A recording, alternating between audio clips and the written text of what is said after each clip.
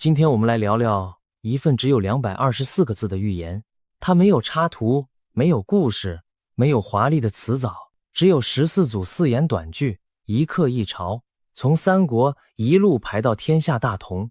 传说写下它的人是那个最后倒在五丈原的男人诸葛亮。传说他每一次出兵之前都要在马的前面起一刻，卜问今日的吉凶，而这14刻就是他从无数次起刻当中挑拣出来，留给后世的最后一样东西。名字很直白，就叫马前课。真正让人坐立难安的地方在于，这14课的前10课被认为已经全部走完了。魏、晋、南北朝、与隋、唐、五代、宋、元、明、清、民国，一刻一朝，顺序分毫不乱，一刻不多，一刻不少。当第10课走完的那一刻，时间停在1912年，紫禁城里那个6岁的孩子颁下退位诏书，2000多年的帝制结束。从那以后，整本书只剩下4句4课，加起来64个字。这64个字要交代的是我们今天所站的这一整段时代，以及之后的全部人类命运。而更巧的是，我们现在正走在2026年丙午年赤马年，一个火最旺的马年，而这份预言的名字偏偏就叫马前课。所以今天这一集，我们要把这14课从头到尾走一遍，前面10课怎么对上的，我们一课一课看，中间会有一盆冷水，我们也照样泼下去。因为这份东西的来历其实非常可疑，可疑到我必须诚实的告诉你。而最后那4课，为什么有那么多人把它指向今天，指向2026，指向我们正在呼吸的这个当下，我们也会一句一句拆开。先说清楚一件事，这一集不是要吓你，也不是要说服你，这一集想做的是把一件流传了几百年，被无数人反复引用，却很少有人完整读过的东西摊开在你面前，让你自己判断。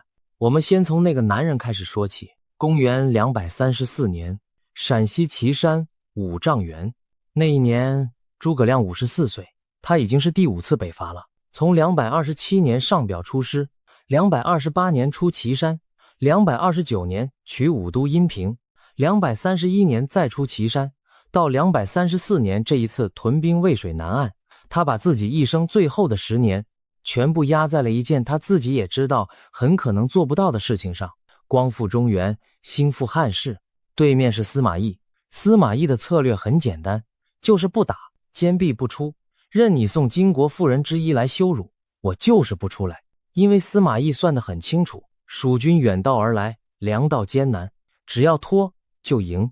于是诸葛亮在五丈原一天一天地耗，史书上说他食少事繁，每天吃的很少，管的事情却很多，20军棍以上的处罚他都要亲自过目。司马懿听到这个消息，说了一句话：其能久乎？这个人还能撑多久呢？那一年秋天，诸葛亮病逝于军中，而马前课的传说就诞生在这样一个背景里。传说他在军中闲暇的时候起了很多课，最后把其中14课挑出来留给后人。这14课不谈某一场战役的胜负，而是一刻指一朝，把后面上千年的兴衰治乱全部排完。这里先埋一个伏笔，后面我们会回到这个五丈原的秋天，因为这一集真正的答案可能不在那224个字里，而在那个明知道自己赢不了却还是走了5次的男人身上。我们先来看这14课本身，他的体力非常特别，每一课都有3样东西。第一样是6个圈，黑的是阴，白的是阳，由下往上排，构成一个6爻卦。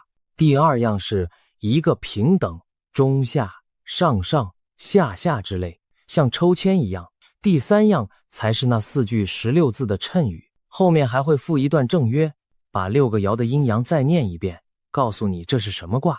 也就是说，马前课不是随口编的顺口溜，它有一套完整的易经骨架撑在后面，每一课的谶语都必须跟它对应的那个卦相呼应，这一点很重要。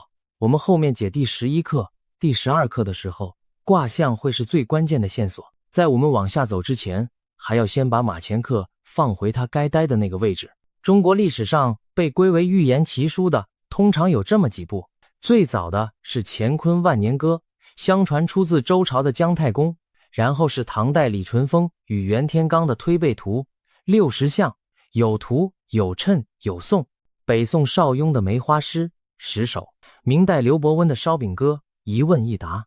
此外还有不虚大师预言、黄破禅师诗、金陵塔碑文等等。而马前课在这一群里面是最特别的一部。特别在哪里？特别在它最短、最整齐，也最好对。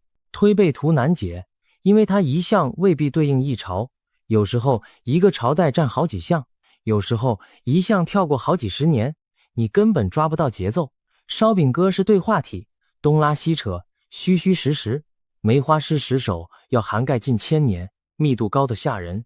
只有马前课规规矩矩的一刻一朝，按顺序往下排，你不需要考证，不需要变图，你只要会数数就能把它排完。这正是它让人震撼的原因，也正是怀疑它的人最不放心的地方。太整齐了，整齐到不像一份从时间深处捎来的讯息，反而像一份已经知道答案之后才回头整理出来的讲义。这种怀疑不是现代人才有的，中国历代的皇帝对这类谶书一向是又信又怕。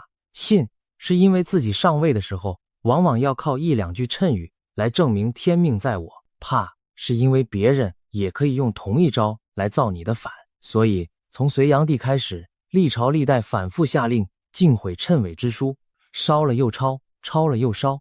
在这种一烧一抄之间，原文被改动、被增补、被重新对号入座，几乎是必然的。所以我们今天读到的任何一部谶书都不可能是它最初的样子，这一点请你先放在心里。好，正戏开始。第一课，无力回天，鞠躬尽瘁，阴居阳符，8000女鬼，卦为宜，平等中下。如果你只读一课，就读这一课，因为这一课是诸葛亮写他自己。无力回天这4个字是什么意思？我想不需要解释。他知道汉室的气数已经尽了，他知道自己做的所有事情本质上都是在跟天意较劲，而且较不赢。鞠躬尽瘁这4个字直接来自《后出师表》，鞠躬尽瘁，死而后已。明明知道回不了天，还是要把自己烧干净为止。阴居阳符，阴是后宫与宦官，阳是朝堂与正道。蜀汉后期，宦官黄好弄权，姜维多次北伐都被掣肘，这是内部的病灶。8000女鬼，这是整部马前课里最有名的一个拆字。8000女鬼4个字拼起来就是一个魏字。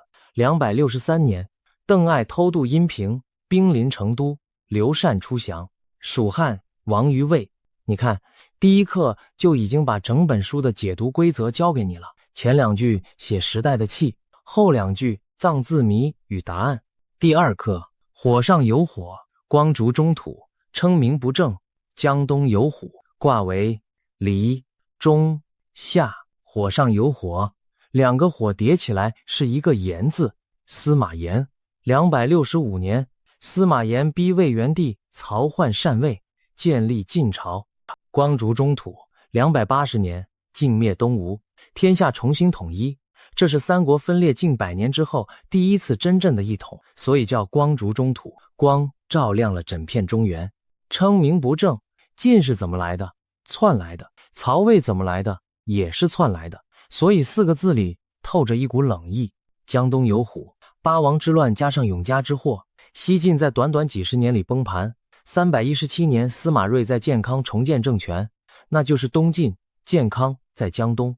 16个字把西晋的建立、统一、失国、南渡全部说完。第3课，扰扰中原，山河无主，23其位，阳中马始，卦为波，平等下下。整本书14课，只有这一课是下下。扰扰中原，山河无主，这8个字对应的是中国历史上最混乱的那300年。五胡16国，南北朝，政权像走马灯一样立起来又倒下去。23其位，就是说这个位子换来换去，没完没了。阳中马始，马是司马，指东晋；阳是阳，指杨坚。581年，杨坚代周建隋。589年，隋灭陈，南北重新统一。从司马开始到杨氏结束，这一段乱世收在一个阳字上。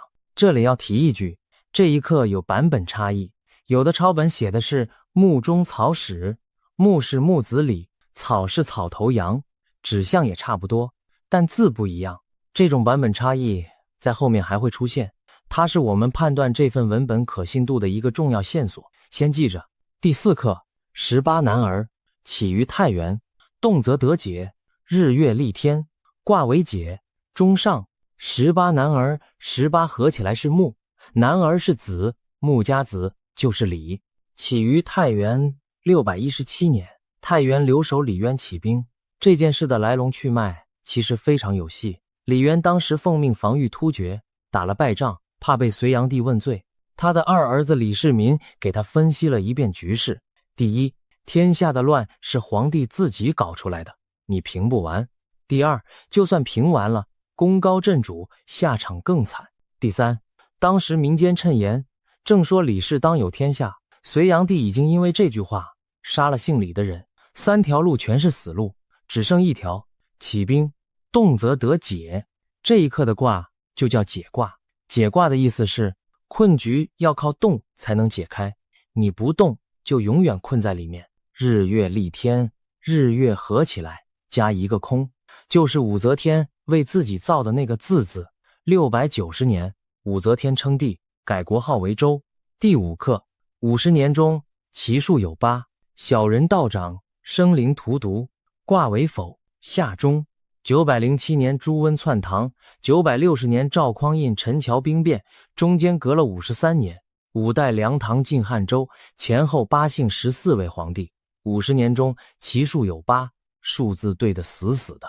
小人道长，这一刻的卦是否卦。否卦是天地不交，上下不通，君子道消，小人道长。这句话本身就是否卦的串词。生灵荼毒，这50几年是什么样子呢？石敬瑭为了当皇帝，任比自己年轻10岁的契丹君主做父亲，把燕云16州整片割出去，从此中原北面的门户大开，无险可守。这笔账一直算到400年后，两宋始终被压在那道缺口下面，喘不过气。当时还有一句流传很广的话，有人问武将安重荣天子是怎么当上的，他答：天子宁有种耶？兵强马壮者为之耳。皇帝哪有什么血统，谁兵多谁来当。这句话就是那53年最真实的注脚，也难怪这一课配的是否卦。第6课为天生水，顺天应人，刚中柔外，土乃生金。为天生水，天一生水，这是艺术的说法。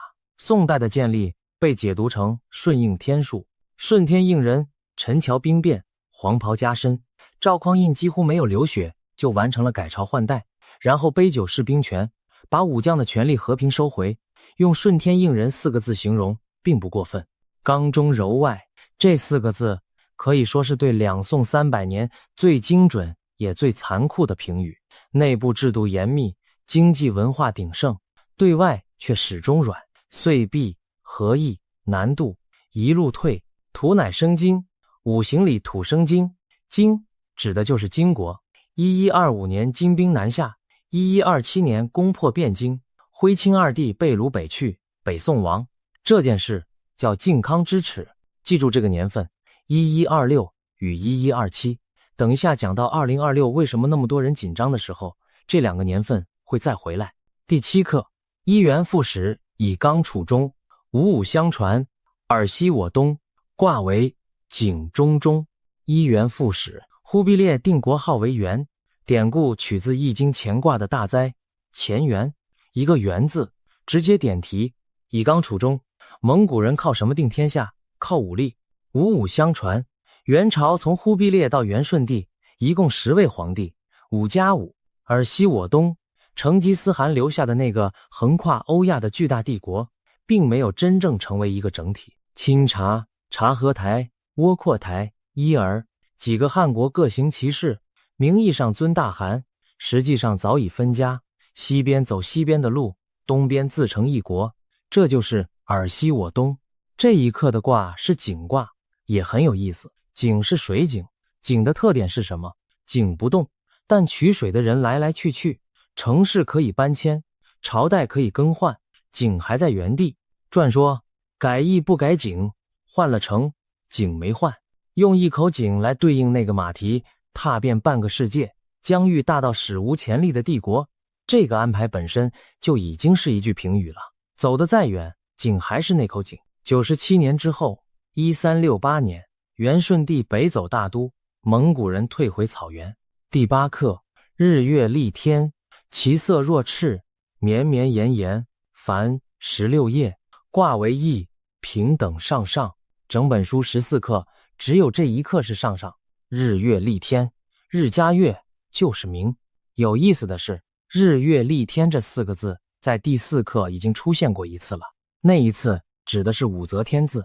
同样4个字在不同的课里指向完全不同的东西，这是谶语的典型手法，也是它最容易被质疑的地方。我们待会儿会回头谈。其色若赤，赤是红色，红色的姓，朱元璋的朱。绵绵延延，凡16页。明朝从1368年到1644年，一共16位皇帝，16页，一页一位。第9课，水月有主，古月为君，时传厥统，相敬若宾，卦为晋，中上。水月有主，清这个字，左边是3点水，右边的清拆开来，上面是主的变形，下面是月，水月主合成一个清字。古月为君，古加月是胡，满人入主中原，对明朝而言就是胡人为君。时传厥统，清朝入关后一共10位皇帝，顺治、康熙、雍正、乾隆、嘉庆、道光、咸丰、同治、光绪、宣统，时传就是这10位。厥统最后一位的年号正好叫宣统，统在这里断了。相敬若宾。1912年2月12日，隆裕太后代宣统颁退位诏，新政府颁布轻视优待条件，退位的皇帝仍住在紫禁城里，享受外国元首的待遇，并且宣告五族共和。一个王朝的结束，罕见的没有血流成河。第10课，史后牛前，千人一口，52倒置，蓬莱无咎，卦为简中下。史是猪，指亥，史后牛前。传统的解法直接就是辛亥。1911年辛亥革命，千人一口3个字叠起来是一个和字，共和的和。52倒置，5和2上下颠倒，拼出一个民字，民国的民。蓬莱无咎，蓬在这里被解为外邦，这4个字本身出自简卦的爻辞。民国的整段历史确实始终跟外部力量纠缠在一起。好，到这里10课走完了。从234年五丈原的那个秋天，到1912年紫禁城里那道退位诏书，1600多年，10个时代，16个字，一课不差。如果你是第一次读到这里，我完全能理解那种背脊发凉的感觉。但接下来我必须泼一盆冷水，而且这盆水，我认为比那10课的震撼更值得你花时间听。因为如果我们不先弄清楚这份东西到底从哪里来，那么后面4课的所有解读都只是在沙子上盖房子。第一个问题出在注解者自己身上。马前课的通行本开头就写着5个字，白鹤山僧守元解释。这位守元和尚在第9课的注解后面加了一段非常个人的话。他说，老僧生于嘉靖10年，今年8有6，过此以后不敢妄议。嘉靖10年是1531年，8有86岁，往后推大约是1617年，明朝万历末年。问题来了，他在第9课的注里已经明明白白写出了清这个字，写出了胡人为君。可是1617年是什么概念？努尔哈赤前一年才建立后金，清这个国号要等到1636年才出现，满人入关要等到1644年。一位1617年的老和尚怎么可能提前19年写下清这个国号？而在另一个流传更广的版本里，第9课的注解甚至直接写出了满清10皇朝最后亡于宣统，宣统这个年号1909年才启用。这已经不是预言的问题了，这是文本本身在告诉你，他被人动过手脚，而且动手的人生活在清朝灭亡之后。第二个问题出在语音上。有研究者从声韵学的角度分析过马前课的韵脚，结论是这些4言句押的是近代吴语的音，不是三国时期的中古汉语，更不是上古汉语。一个三国时代的四川丞相写出来的东西押的却是明清时期江浙一带的音，这在时间上是说不通的。第三个问题出在文献的痕迹上。马前课这4个字最早的可靠出处是明代冯梦龙的《御史名言》第11卷，里面提到一位太监曾遇一人传授诸葛马前课，占问最灵。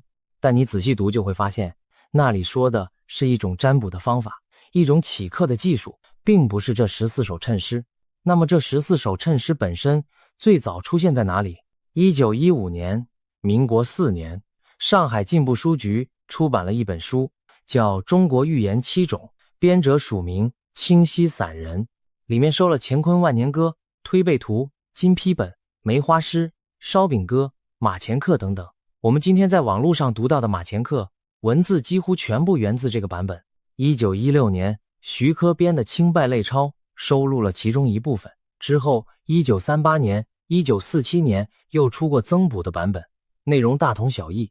也就是说，我们能追到的最早白纸黑字是1915年，而前10课的最后一课讲的正好是1911到1912年。你看出问题在哪里了吗？所有谶纬类书籍都有一个共同的尴尬，能对上的部分全部在出版之前，出版之后的部分全部在争论。这不是巧合，这是结构性的。因为一份在1915年编订的书，作者当然知道1912年发生了什么，他要做的只是把已知的历史倒过来写成谜语。中文里有一个词叫事后诸葛亮，用在诸葛亮自己的预言书上，这个讽刺实在是太过巧妙了。而且我还要再说一件事，这件事跟文本无关，跟我们自己的脑袋有关。心理学上有一个现象叫后见之明偏误，意思是当一件事已经发生之后，我们回头去看，会强烈的觉得这件事本来就很明显，早就该想到。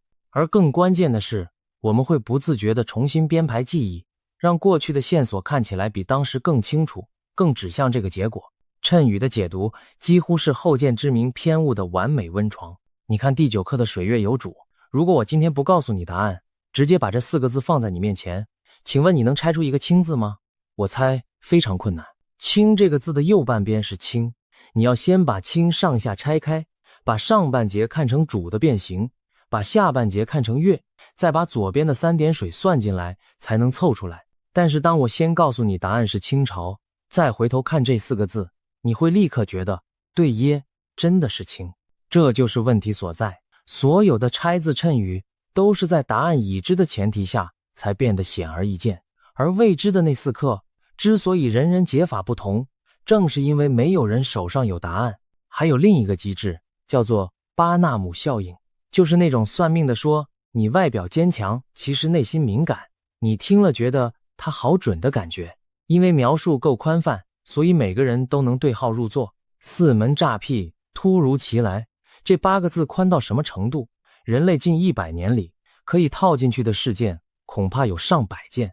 我把这2件事讲出来，不是要你别读了，是要你在读的时候多留一个心眼，去分辨哪些是文本本身说的，哪些是你的脑袋自动帮他补上的。那么是不是到这里就可以结案了呢？我觉得也不能，因为公平起见，相信的人也有他们的道理，而且不是完全没有力量的道理。第一，如果编造者只是想炫技，他大可以把14课全部写成已经发生的事，那样100%准确，多漂亮。可是他偏偏留下了4课无法验证的空白，而且这4课的内容一点也不讨喜，充满了灾难、黑暗，以及一个不知道会不会出现的圣人。这对一个造假者来说是不划算的。第二，前10课的卦象与谶语之间存在相当程度的内在一致性。第3课最乱的南北朝配的是剥卦，最下下。第5课最黑暗的五代配的是否卦，天地不交。第8课最长最稳的明朝配的是易卦，上上。这种对应不是随手配得出来的，背后有一套认真的易学逻辑。第3，也是最诚实的一点，无法证明它是真的，跟能够证明它是假的是2回事。我们今天能说的只是这份文本的可靠来源到1915年为止，至于它在那之前有没有更古老的祖本，目前没有人拿得出来。所以我的态度是这样的，我不会告诉你这是诸葛亮亲笔，我会告诉你这是一份至少流传了100多年，被几代人反复解读的文本，而他接下来要说的4句话，值得我们认真读一遍。不是因为它一定会应验，而是因为它里面藏着一套非常古老的思考方式，关于灾难，关于秩序，关于人在乱世里该怎么站着。好，我们来看第11课，四门诈辟，突如其来，沉积一生，其道大衰。卦为离、中、下，前面10课几乎没有人吵，从第11课开始，每个人的答案都不一样。先看四门诈辟，辟有开的意思，诈是忽然，四门忽然打开。古代筑城讲究方正，东南西北各一座门。有人说这是指门户开放，有人从字形上去拆，也有各种不同的说法。再看突如其来，这4个字现在是成语，我们天天在用，但它的出处在哪里？在易经，而且正好就在这一刻对应的离卦里。离卦94爻的爻辞是这样的：突如其来如，焚如，死如，弃如。相传补一句，突如其来如，无所容也。这是什么意思？离为火，94这一爻是离卦里火势最猛最偏激的一爻，像一场突然烧起来的大火，把一切化为灰烬。爻辞里连个凶字都没写，但东汉的郑玄注解说，焚如、死如、弃如是3种极重的刑罚。焚是诛杀至亲之刑，死是杀人之刑，弃是流放之刑，3样样样都是绝路。还有一种解法认为，94这团猛火是往上扑向65那一爻的。65在卦位上是君位，而且是柔爻，象征一个软弱的君主，火由下往上扑君，这在卦象上就是逼宫。而死如、弃如说的是这种行为不容于天理，最终为天下所弃。所以如果把这4个字放回它的出处去读，突如其来就不只是忽然来了的意思，它带着一整套很不客气的判词。这里有一个很少人注意到的细节，我觉得比爻辞本身更有意思。整本马前课14课14个卦，只有一个卦重复出现过2次，就是离卦。第2课离，第11课离。而第2课讲的是什么？讲的是一个靠缠带而来，短暂统一之后迅速分裂难度的政权。如果编排这14课的人是有意识的，那么这个重复本身就是一句话。再看后2句，沉积一生，其道大衰。积最直接的联想就是酉年。进入20世纪之后的酉年，1945、1957、1969、1981、1993、2005、2017，下一个是2029。网络上流传最广的几种解法，分别压在1945、2005、2017这3个年份上，各说各话，而且每一种都能找到当年的大事来对应。也有人不从年份下手，改从字形下手。有人说辰这个字里有辰，辰是龙，所以指的是龙年。有人说沉积一生天下白，重点在那个白字，是颜色的转换。我必须在这里踩一下刹车，以上这些全部是解读，不是原文。原文只有16个字，一个年份也没有。而这正是谶语最迷人也最危险的地方，它的模糊不是缺陷，是设计。因为足够模糊，所以每一代人都能在里面找到自己的时代。因为足够模糊，所以它永远不会被证伪。1945年有人说中了，2005年有人说中了，2017年有人说中了，等到2029年一定还会有人说中了。一份能被反复说中的预言，跟一份从来没有说中过的预言，在逻辑上其实是同一回事。我们往下走，第12课，整患救难，是为圣人，阳复而至，惠及生民。卦为大过上中。先看卦，大过，全名泽风大过，这是一个非常有画面感的卦。卦辞只有2个字最要紧，动摇。动是屋梁，摇是弯曲，整间屋子的主梁被压弯了。为什么会弯？因为大过卦的结构是中间4根阳爻，上下各一根阴爻，中间太重，两头太弱，本末弱也。这是一个结构性超载的卦象，房子还没塌，但梁已经在弯了。大象传说，则灭目，大过，君子以独立不惧，顿世无闷。水已经淹过树顶了，这种时候君子该怎么办？独自站着而不害怕，避开世间而不苦闷。你把这个卦象放在整患救难这4个字前面读，那个顺序就非常清楚了。先有患难，才有拯救。灾难不是被预言回避掉的，灾难是被明白写进去的。再看是为圣人，按照前面几课的规律，第2句往往点出开创者的姓氏或特征，第8课的其色若赤点出猪，第9课的古月为君点出胡，第10课的千人一口点出禾。那么第12课的第2句点的是什么？就是圣人这2个字本身，没有拆字，没有谜语，直接写出来。在中国的寓言传统里，圣人几乎是一个共通的母题。推背图第44象里有中国，而今有圣人。武功经里也有类似的句子，不同来源、不同时代的衬书，最后都指向同一个角色。但这里我要说一句非常实在的话，圣人这2个字在历史上是最容易被冒用的2个字。每一个乱世都有人自称圣人，每一场动荡里都有人急着把这顶帽子往自己头上戴，或者往自己支持的对象头上戴。从汉末的黄巾到历代的白莲教，到近代种种，这件事重演过太多次。所以当你在任何地方看到有人拿着这4个字对号入座，指着某一个具体的人说就是他，那个时候你最应该做的事情不是相信，是后退一步。因为谶语里的圣人从来没有名字，一旦有人替他填上名字，出问题的通常不是预言，是填字的那个人。再看后2句，阳复而至，惠及生民。阳复指的是复卦，复卦是一阳来复，5个阴爻底下最下面那一根悄悄地变成了阳，它对应的节气是冬至，一年当中夜最长、日最短的那一天。而中国人对冬至的理解从来不是最冷的一天，而是阳气重新开始生长的第1天。波及必复，物极必反，这是易经整套系统的核心信念。惠及生民，惠是月末无光的那几天，最黑的时候，生民是月亮重新出现第1道光。所以这一课真正在讲什么？它不是在讲救世主什么时候降临，它是在讲一个顺序，梁会弯，水会淹过树顶，最黑的时候会来，然后也只有在那之后，光才会回来。而且要注意，大过卦的卦辞并不是绝望的，完整的卦辞是动摇，利有攸往，亨。梁是弯了，但仍然利有攸往，仍然是亨。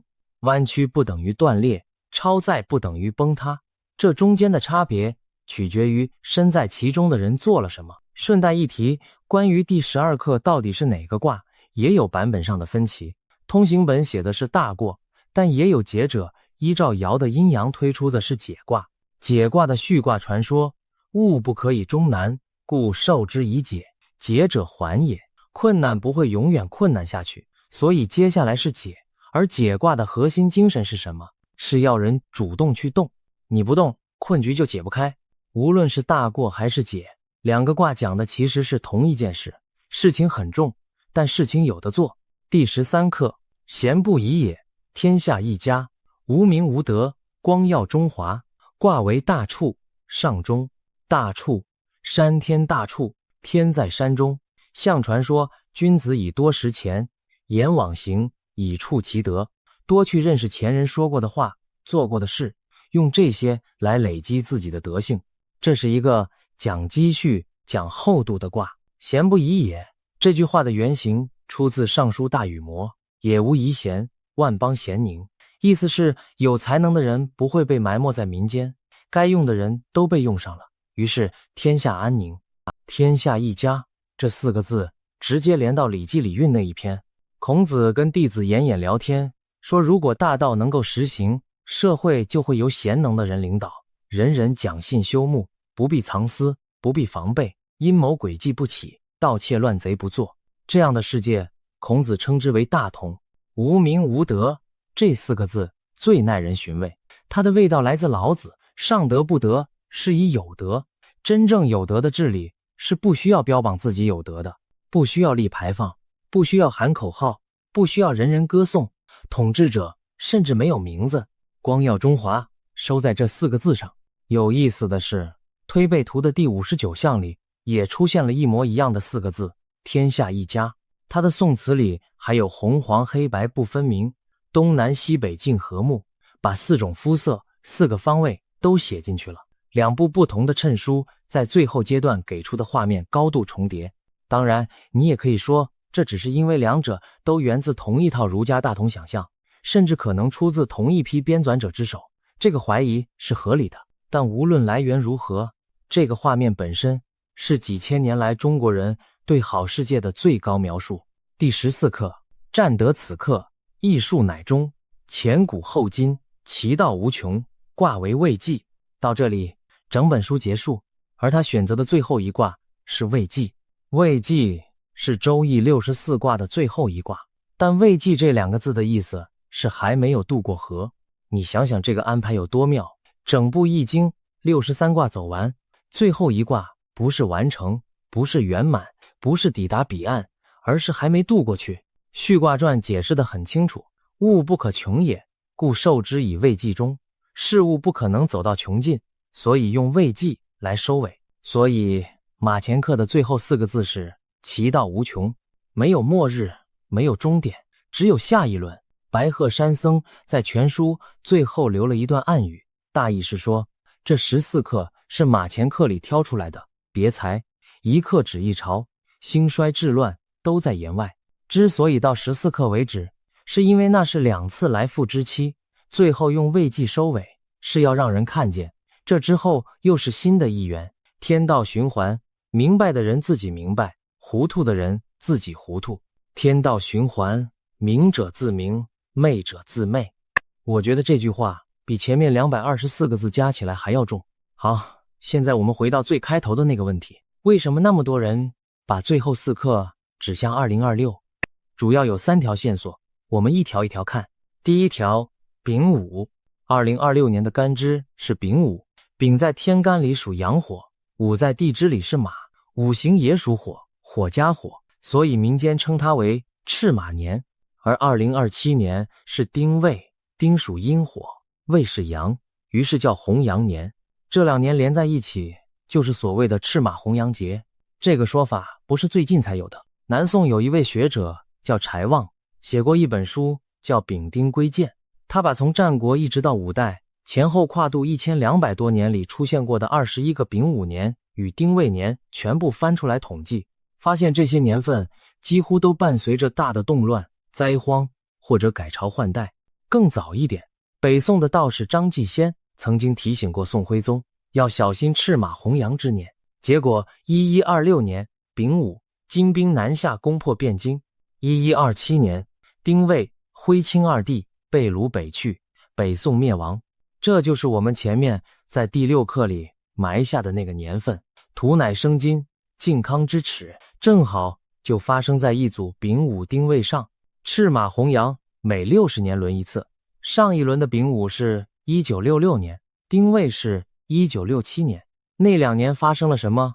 年纪稍长的朋友都记得。再上一轮是1906与1907，清朝的最后几年。再往前是1846与1847，鸦片战争之后，太平天国之前那段酝酿期。当然，我也要说清楚，这种统计有一个很大的漏洞，人类历史上每一年都有灾难，你随便挑一组干支，回头去翻史书，一样可以整理出一份吓人的清单。这叫做选择性取样，是所有周期论共通的毛病。但即使把这个漏洞算进去，2026这一年在传统术数里的分量确实是重的。台湾有命理老师形容2026年是180年来火气最旺的一年，是一个觉醒之年，全球会出现权力重组。从易经补出来的是天火同人，上卦干为天，为权威，为领导者；下卦离为火，为文明，为科技与心灵的觉醒。第2条线索是名字，马前课的马跟丙午马年的马。我要老实说，这一条在逻辑上其实站不住。马前课的马指的是战马，是出兵前在马前起课的那个马，跟生肖没有任何关系，这纯粹是字面上的巧合。但我还是把它讲出来，因为人的大脑就是这样运作的，我们天生会把巧合看成讯号，会把重叠看成因果。认识到这一点比否认这一点更有用。第3条线索也是最多人拿来说的，是所谓的汇流。推背图走到第43、44象，马前课走到第11、12课，烧饼歌、武功经、金陵塔碑文，还有西方的各种预言，看起来都指向同一个时间带。再加上下元九运从2024年开始起算，这一轮离火运要走20年。关于下元九运，这里多说两句，因为很多人听过名词，却不知道内容。3元九运是传统堪舆的一套时间框架，把180年切成9个运，每运20年。2024年立春，我们正式从8运进入9运，而9运在后天八卦里对应的正是离卦。离为火，为光，为文明，为眼睛，也为复利。所谓复利，是依附，是彼此照亮，也是彼此依赖。有意思的地方在于，马前课第11课对应的卦也是离2026丙午年的双火，也是火。而许多术数家形容这一轮离火运的特征是虚拟取代实体，是形象与讯息取代土地与矿产，是眼睛所见的东西拥有前所未有的权利。你把这几条线放在一起看，画面确实非常整齐，但我还是要提醒同一件事，整齐往往是因为他们本来就用同一套语言在说话。易经、五行、干支，这是同一个系统的3种方言，用同一套系统推出来的3个结论彼此吻合，那叫自洽，不叫印证。听起来非常震撼，对吧？但这里有一个很关键的问题，我希望你想一想，这些谶书很大一部分是被同一批人在同一个时期收进同一本书里的。中国预言7种在1915年出版，一次收了7种，他们之间的呼应到底是因为他们各自独立地看到了同一个未来，还是因为他们本来就是同一个编纂脉络下的产物？汇流很动人，但汇流不等于证明。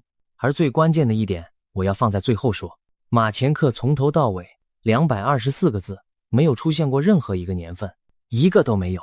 没有2026，没有2027，没有2029，什么都没有。所有的年份全部是后人加上去的。所以如果你今天在任何地方看到有人说诸葛亮预言了2026，那句话在字面上就是不成立的，他预言的是一个顺序，不是一个日期。那么我们该怎么看待这224个字？我想回到五丈原那个秋天，白鹤山僧在暗语里说，孔明做马前课是为了示后人趋避之方。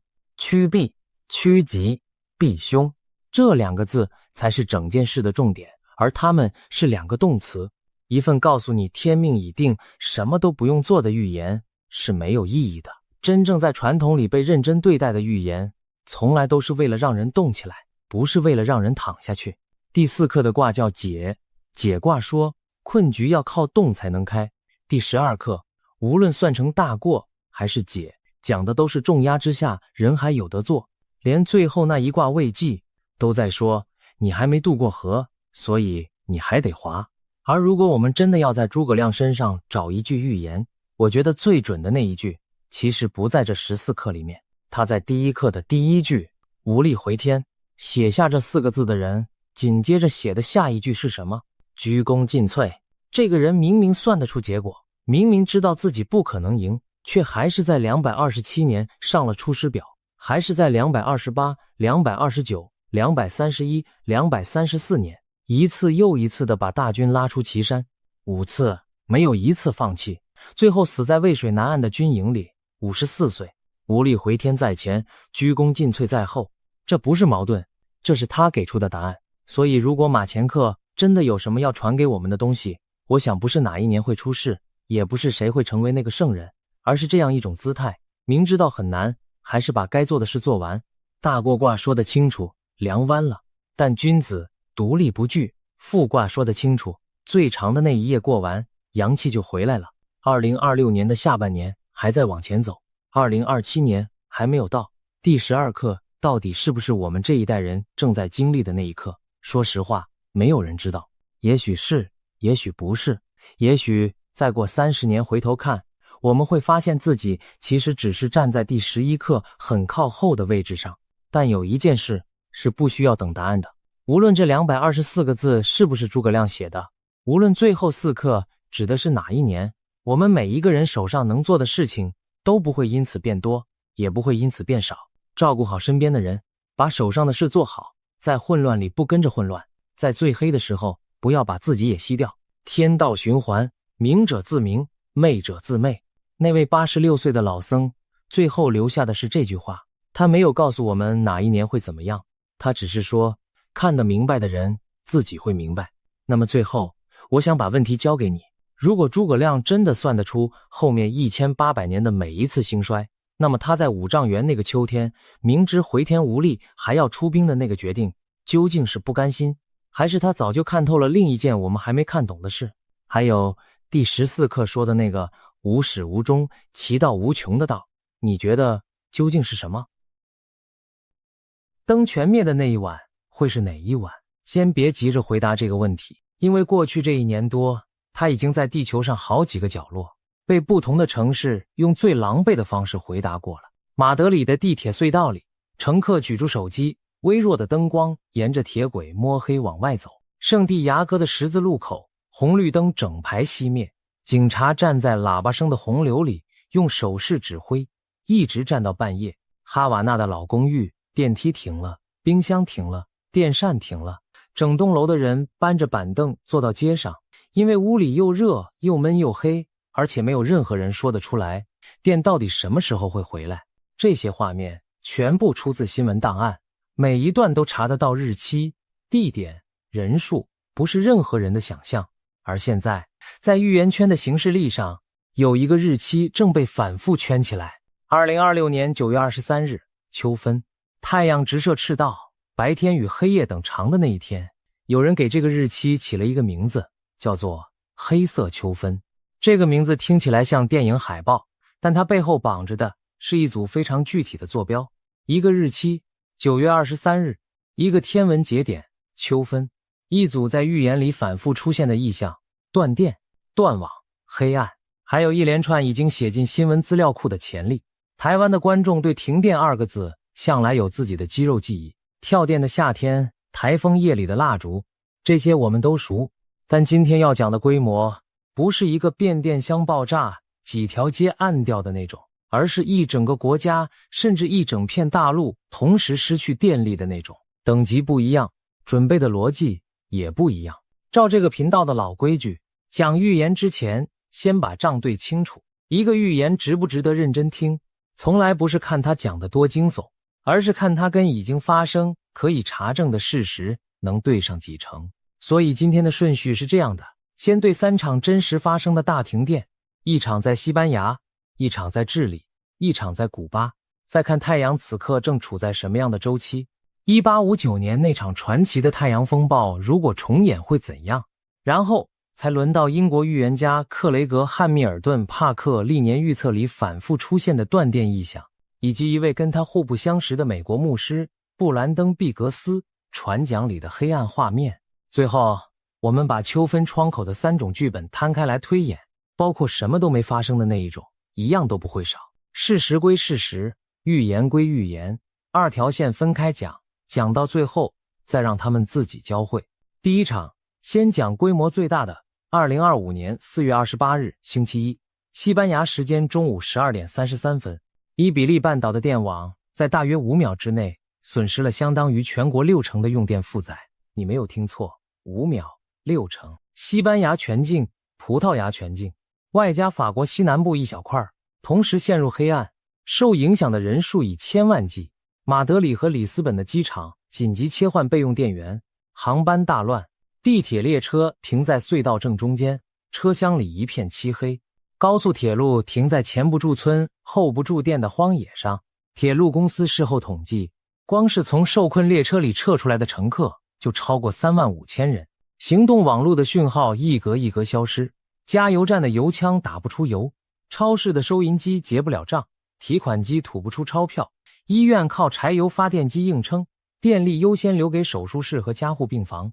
整个半岛在一个再平凡不过的星期一中午，毫无预警地退回了没有电的年代。街上唯一还在稳定传递资讯的是汽车收音机。很多西班牙人那天下午做了同一件事，把车门打开，音量转到最大，一群互不相识的人围住一辆车，安静地听收音机播新闻。那天下午的伊比利半岛还出现很多后来被反复引用的画面，杂货店里电池是收音机，手电筒和蜡烛被抢购一空。商店在门口贴出纸条，只收现金。餐厅赶在食材坏掉之前清空冰柜，能卖的卖，卖不掉的分掉。城市没有崩溃，秩序大致守住了，这是值得记录的一面。但另一面同样真实。那一天，有几千万人突然发现自己叫不到车，领不到钱，打不通电话，查不到家人在哪里。原来文明的外壳薄得像一层漆，指甲一刮就见底，而把电找回来，远比失去它困难得多。电网工程有一个术语叫黑启动，当整张网彻底归零，你不能按一个钮让它复活，必须靠少数具备自启动能力的电厂先点亮一小块，稳住频率，再一小块一小块往外扩，像在黑暗里重新搭一座纸牌屋。任何一步不稳，前面的努力全部归零，从头再来。西班牙和葡萄牙的工程师就这样从下午修到深夜，大部分地区在约10小时后陆续复电。西班牙官方一直到隔天清晨才敢正式宣布电网恢复正常运转。约10小时，听起来好像不长，但对一座现代城市来说，已经足够让冷冻食品开始融化，让加护病房外的家属心跳加速，让几千万人重新想起一件被遗忘太久的事。我们的整个生活其实悬在一条看不见的电线上。停电当下，各种说法满天飞，网络攻击、太阳风暴、再生能源崩溃，每一种讲法都有人信，也都有媒体敢下标。几个月之后，官方调查报告出炉，结论比所有阴谋论都无聊，也比所有阴谋论都可怕。报告指出，那天中午，电网出现异常的电压波动，一部分发电机组为了自保而跳脱让电压更不稳定，更多机组跟着跳，保护机制一层一层失守，最后整张网一起垮掉。不是骇客，不是太阳，是系统自己绊倒了自己。这是调查报告里的文字，不是预言家的想象。请把这个结论记住，因为它比任何预言都更瘆人。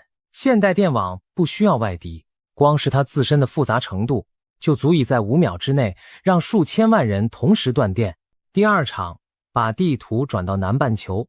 2025年2月25日下午3点16分，智利北部阿塔卡马沙漠里，一段50万伏特的超高压输电干线保护系统出了问题，线路跳脱。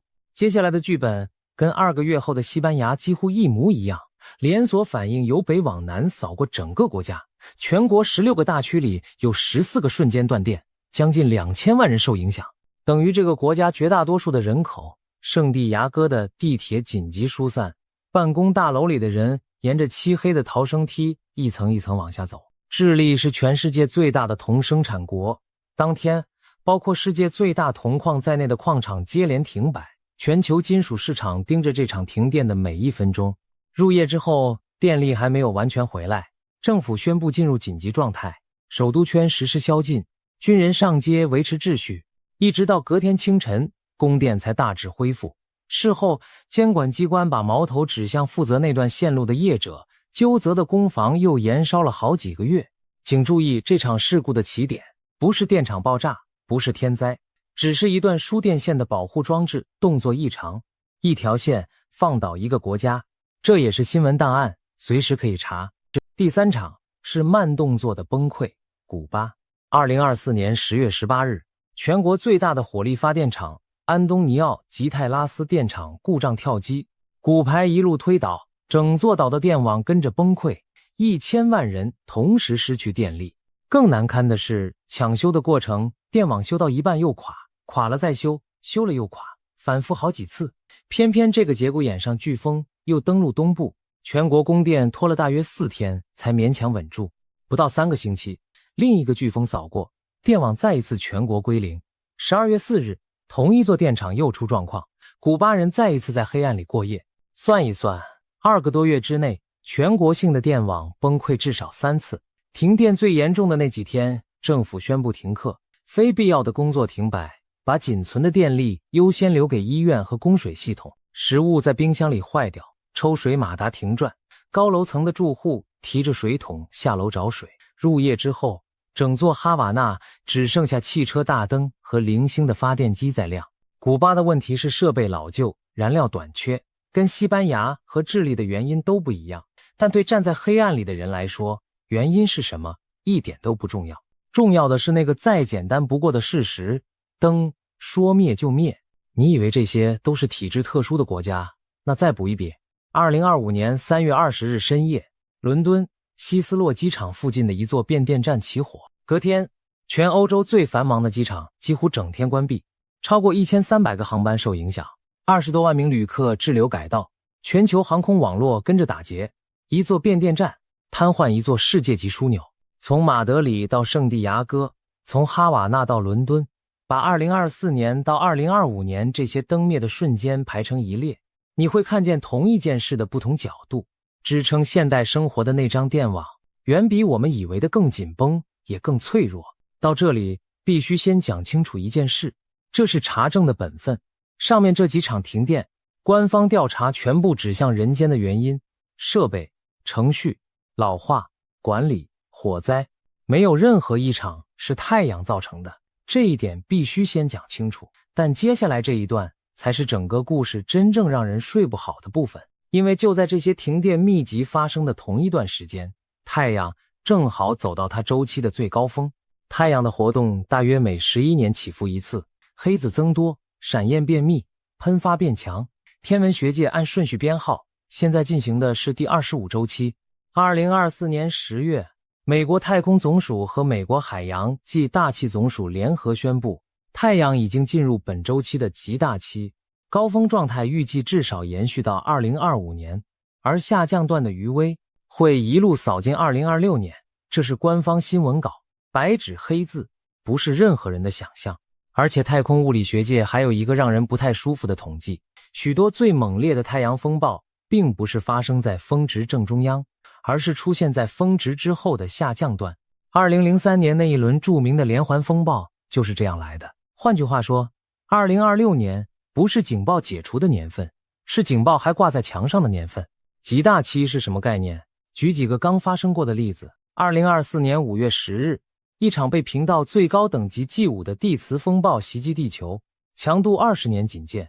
那个周末，极光被推到平常根本不可能出现的低纬度，连日本北海道的夜空都被染成一片红色。全世界的摄影师彻夜追光。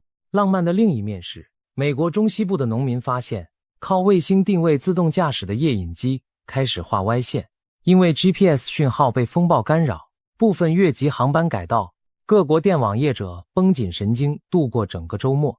同年10月，太阳又喷出一记 X9.0 等级的闪焰，是整个周期到目前为止最强的一发。再往前一点，2022年2月，一场强度并不算顶级的地磁风暴，让刚发射升空的约40颗星链卫星因为大气阻力暴增而集体提前坠毁，一整批直接报销。太阳不是可能会醒，太阳已经醒了，而且正站在它力气最大的那几年。这里花30秒把2个常被混为一谈的东西分开讲。太阳闪焰是光和 X 射线，用光速走8分钟就到地球，主要干扰无线电通讯和导航讯号。它来了你才知道，无从闪躲。日冕物质抛射是实体的带电粒子云，质量动辄以1吨计，速度慢得多，从太阳飞到地球要1到3天，而这1到3天就是人类拥有的全部预警时间。真正能把电网打趴在地的主要是后者，请记住这个时间差，后面推演剧本的时候会用到它。顺带一提，在地球和太阳之间的引力平衡点上，人类常驻几颗监测卫星，他们是文明的哨兵。日冕物质抛射一出发，哨兵最先看见警报就是从那里发出来的。顺便把一个实用工具交到你手上。太空天气跟台风一样，有官方分级。地磁风暴从 G1 到 G5，G1 轻微，顶多让极光漂亮一点。到了 G3， 电网业者就要进入戒备。G5 就是2024年5月那种20年一遇的等级，电网、卫星、导航全面警戒。美国和多国的太空天气中心全年无休发布预报，任何人都查得到，就像查台风动态一样。也就是说，到了2026年9月，你完全不需要等任何预言家告诉你天上发生了什么事，官方的太空天气预报会比所有预言都快，都准。把这个工具记下来，比记任何日期都有用。那么，太阳发威最坏可以坏到什么程度？历史给过一个标准答案，叫卡林顿事件。1859年9月1日上午，英国天文学家理查·卡林顿在自家天文台描绘太阳黑子，亲眼看见日面上爆出2道刺眼的白光，持续了几分钟。他当时并不知道自己刚刚目击了人类观测史上最强的太阳闪焰。大约17个小时之后，一团巨大的日冕物质抛射正面撞上地球。当时人类最先进的电子基础设施是电报，结果是欧洲和北美的电报网大面积瘫痪，电报机喷出火花，有记录说连纸袋都烧了起来，有操作员被电击，还有些线路在拔掉电池之后，靠着大气里感应出来的电流继续收发讯息。极光一路往赤道方向压，古巴哈瓦那的居民在夜空里看见血红色的光幕，有人冲上街，以为城市失火了，顺带把那个日期记下来，9月1日到2日。人类史上最强的太阳风暴本身就发生在夏末秋初，贴近秋分的时节。这个细节等一下会回来。1859年，全世界付出的代价不过是几台电报机和几场虚惊，但如果同样等级的风暴打在今天这个用电力、晶片和卫星串起来的文明身上呢？工程学界推演过很多次，结论大同小异：卫星受损或失控， GPS 定位与授时失准。而授时失准这4个字，外行人听不出严重性，内行人直冒冷汗。因为金融交易、行动通讯、电网调度全部依赖精确到微秒等级的时间讯号，高纬度航线关闭，短波通讯中断。而最要命的是长距离输电网里的大型变压器，地磁风暴会在大地和长导线里感应出额外的电流，让这些变压器过热、绝缘裂化，甚至烧毁。超高压变压器不是仓库里有现货的东西，一台往往要定制1年以上，全球产能非常有限。也就是说，最坏情境不是停电10小时，而是部分地区停电数个星期，甚至数个月。有国际保险机构和研究团队估算过，光是美国单一场卡林顿级风暴造成的经济损失就可能高达数兆美元。这些数字出自工程报告和保险精算文件，不是预言书。卡林顿之后，历史还留了一场常被拿来对照的风暴。1921年5月，一场强度直逼卡林顿等级的地磁风暴再度来袭。那时的电气化程度已经比1859年高了一大截，结果是纽约的铁路耗质与电报系统故障起火，车站一度陷入混乱。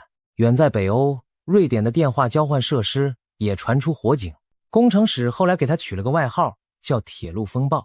把3个年份排在一起看，规律很清楚。1859年，太阳烧的是电报；1921年，烧的是铁路和电话；1989年，烧的是电网。每一次技术升级，人类摊在太阳面前的受灾面积就更大一圈。下一次摊在那里的是整个数位文明。而且，不要以为这只是纸上推演。1989年3月13日，一场地磁风暴让加拿大魁北克的电网在90秒之内全面崩溃，600万人在严寒里停电9小时，变电设备实实在在烧坏了。2003年万圣节前后，太阳连环喷发，瑞典南部城市一度停电，南非好几台大型变压器直接报废除役。顺便补一场人为的对照组。2003年8月14日，美国东北部和加拿大安大略，因为俄亥俄州的高压线碰到没修剪的树枝，加上控制室的警报，软体失灵，连锁跳电一路蔓延，5000万人停电，部分地区2天后才完全复电。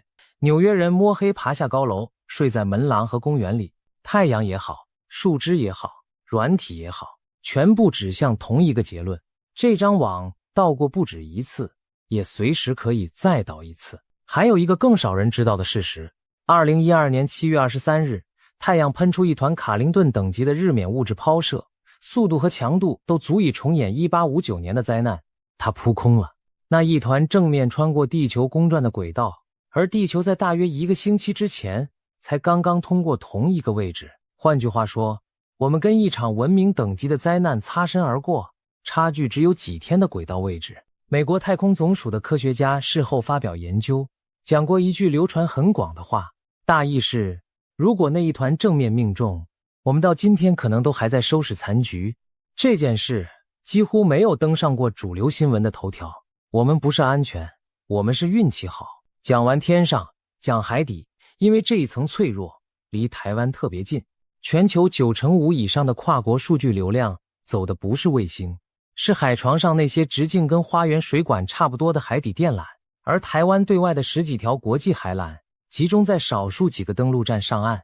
2023年2月，连接马祖的2条海缆在几天之内先后被过往船只切断，马祖居民的网路瞬间退回上一个世代，传一张照片要等半天，行动支付时通时断，视讯会议直接放弃，全岛靠微波备援勉强维持最低限度的连线。这种状态拖了将近2个月才完全修复。2022年1月，东加火山爆发，扯断全国唯一的对外海缆，整个国家从网际网路上消失了5个星期。同一段时间，波罗的海接连发生海缆与电力电缆受损事件。欧洲多国海军开始为了几条缆线出动舰艇巡逻。电网怕太阳，也怕自己的复杂；网路怕船锚，也怕蓄意破坏。现代文明的命脉比大多数人想象的细得多，也裸露得多。有人会问，海缆断了，不是还有卫星吗？有是有，但卫星通讯的总频宽跟海缆相比，大概就是吸管跟水管的差别。救急可以，接管不可能。马祖那将近2个月的龟速网路就是最诚实的示范。把镜头再拉近一点，拉回你家。停电的第1个小时是浪漫的，点蜡烛，找手电筒，小孩觉得新鲜，邻居在楼梯间互相打招呼。第4个小时，受困电梯的通报塞爆，消防队、基地台的备用电池一座接一座耗尽，手机讯号从满格变成搜寻中。第10个小时，冰箱开始滴水，靠加压马达供水的大楼冲不了马桶，加油站因为油泵无电而关闭，超商的冷藏柜拉下封条。过了第24小时，问题就不再是不方便，而是秩序。西班牙撑了约10小时，古巴撑了4天，这中间的每一格刻度都有真实的城市亲身量测过，不需要任何想象力。而这条时间轴上最容易被忽略的一格是资讯。停电的城市里，谣言跑得比抢修车快，谁能先拿到可靠的讯息，谁就能先把心安下来。台湾人对这种感觉其实也不陌生。2017年8月15日，因为供气操作的一个失误，大潭电厂6部机组同时跳机，全台分区轮流停电，668万户受影响，无数人在闷热的夏夜里摇着扇子等电来。2021年5月13日，兴达电厂事故，全台无预警分区轮流停电，4天之后5月17日再来一次。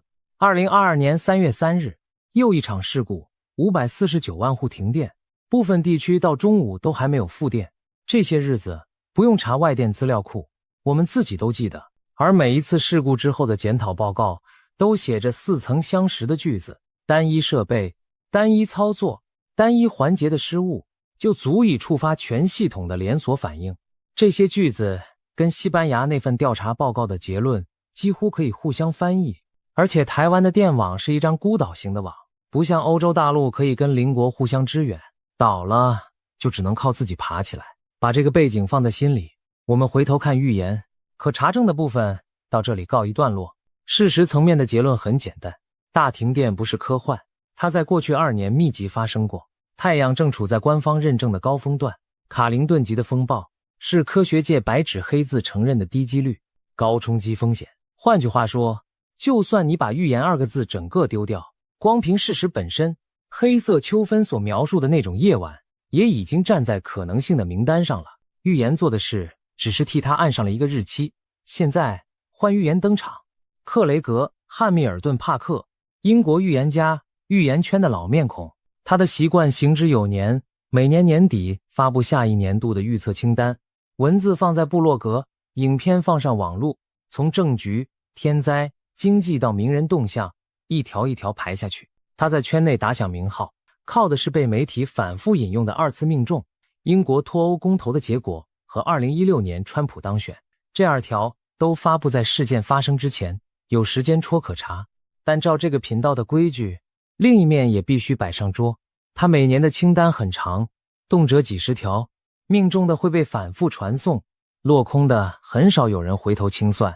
批评者说，这叫散弹打鸟，射得够多，总会中几发。支持者说，你去看他中的那几发，准得不像运气。二种说法都先记下，然后我们看内容本身。翻开帕克历年的预测，有一组异象出现的频率高得不太寻常：电力与通讯的中断，大规模的网络瘫痪，银行和支付系统因为断线而冻结，城市陷入停电，通讯中断之后，社会短暂的失序与恐慌。这组画面在他的清单里隔几年就回来一次，措辞每次不同，核心始终相同：灯会熄，讯号会断，而且会发生在人们最没有防备的时候。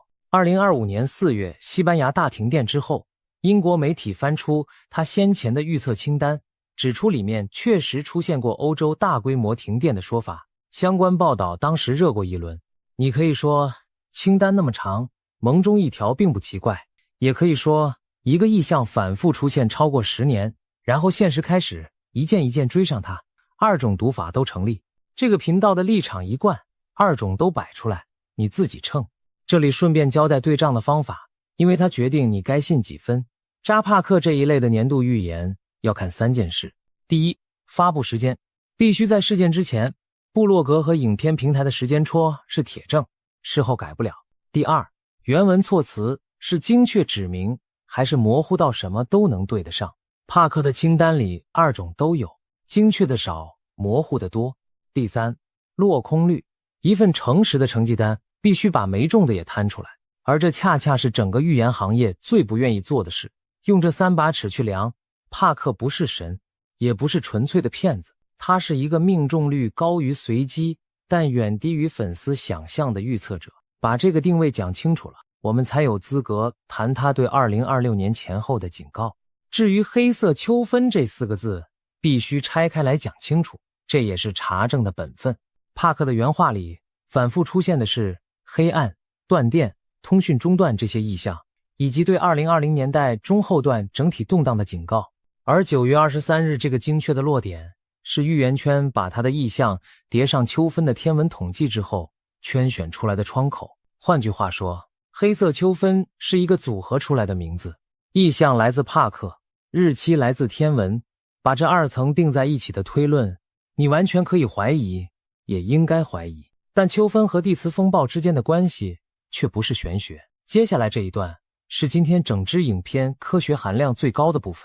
1973年，2位太空物理学家发表统计研究，后来以他们的姓氏命名，叫罗素麦克费伦效应。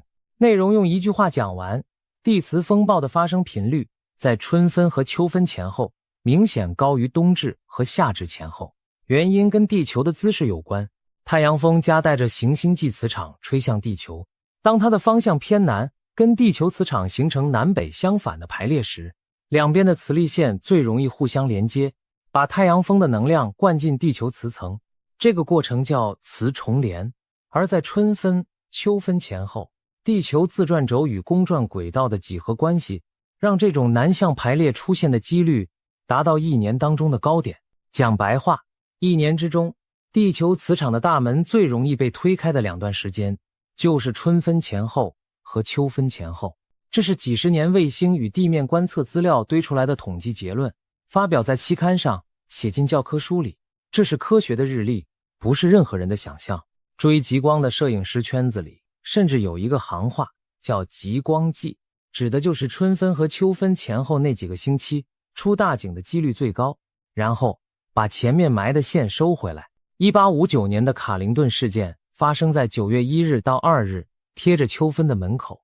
1989年的魁北克大停电发生在3月13日，贴着春分的门口。人类史上最著名的2场地磁灾难，一场靠秋分，一场靠春分。统计上这完全说得通，听感上它确实会让人背脊发凉。2026年9月23日，秋分落在太阳第25周期高峰的尾段，门最松的季节，撞上太阳力气还很大的年份，这就是黑色秋分这个窗口的全部科学底层。现在把另一个人请上台，布兰登·毕格斯，美国的年轻牧师，走的是祷告异象的路线，跟帕克的灵媒传统完全是两个世界。二个人互不相识，圈子毫无交集，一个在英国，一个在美国。毕格斯之所以被全世界注意到，是因为一段影片。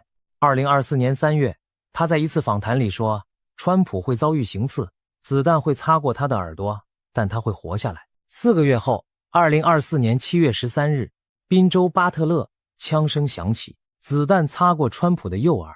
那段影片是事发之前上传的，时间戳摆在那里。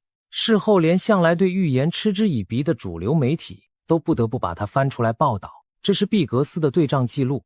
在预言圈，这种等级的命中叫入场券。当然，入场券只代表他有资格被认真讨论，不代表他之后的每一句话都会兑现。这二件事必须分开来看。而在同一段传讲和后续的讯息里，毕格斯描述了行刺之后的画面，美国会走进一场比大萧条更深的经济崩塌，然后是一段他反复用黑暗来形容的时期。预言圈里有人把这个黑暗直接读成字面上的断电，读成电网崩溃，城市熄灯。但平心而论，这里必须替他把话讲准。就原话的脉络，毕格斯讲的黑暗更接近经济与社会层面的沉沦、萧条、匮乏。人心的黑并不是明确指住变电所讲的。这个频道不替任何人加码，可是把毕格斯的黑暗跟帕克的断电并排放在桌上，有一件事很难假装没看到。二个互不相识的人隔着一座大西洋，用完全不同的语言，在差不多同一段年代坐标上画了同一种颜色。一个给了机制、电网、网络、通讯，一个给了氛围、黑暗、崩塌、失序。当然还有第三种解释，而且必须讲，这个年代本来就弥漫着不安，讲预言的人彼此意向撞车，统计上一点都不奇怪。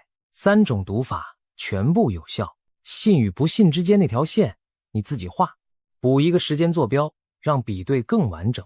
帕克的断电意向最早可以追到10几年前的清单，属于长期反复型，像一座每年都会响一次的警铃。